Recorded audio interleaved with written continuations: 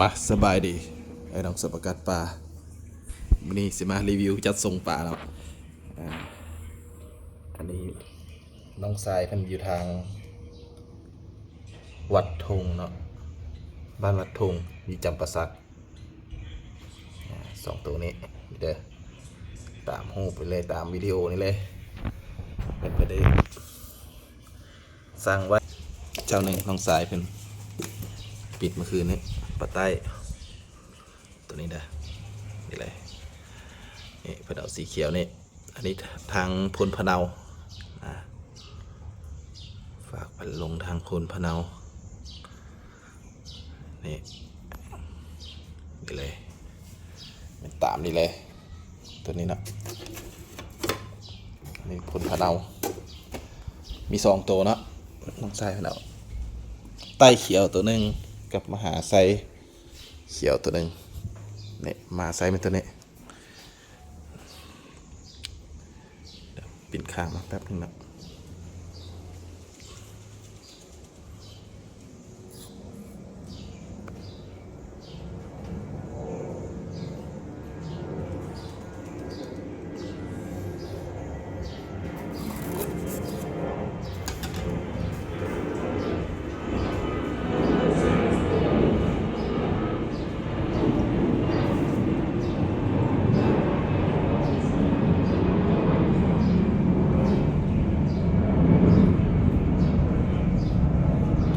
ตัวนี้เนาะที่เบิ่งไว้เมื่อคืนนี้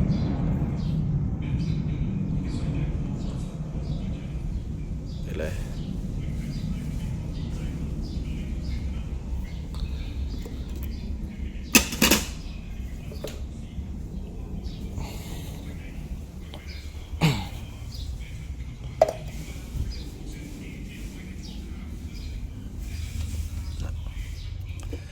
นี่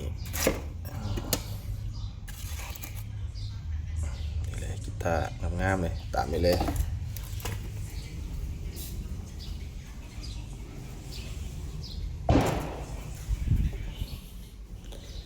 สำหรับใครสนใจเนาะอยากเข้ามาเบิ่งด้วยตนเองมันเข้ามาได้เนาะอยู่บ้านนาเรานครหลวงเมืองศรีโคตรนครหลวงเวียงจันทร์ได้ป่าตามนี้เนาะแล้วก็เจ้าหนึ่งคืออาทิเมียนะสั่งอาทิเมียครับอาทิเมียซองหนึ่งประมาณนี้น้ำปลา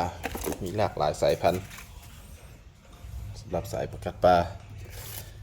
มักสายได้ถักมาได้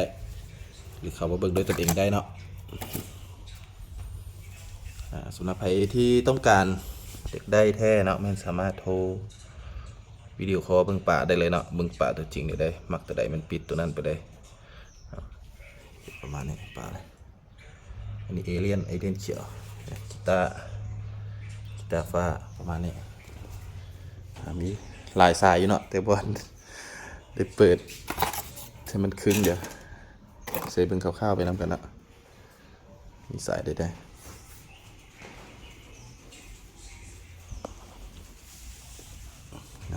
เล่นสมุไรก็มีสีหน้าเลียนฟ้าขึ้นแป๊บหนึ่ง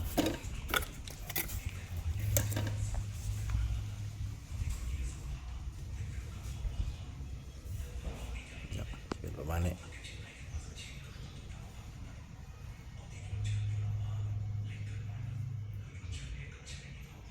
สีฟ้านี่เอเลียนสมุไรสีหน้าจะเป็นประมาณนี้ป่ะนะ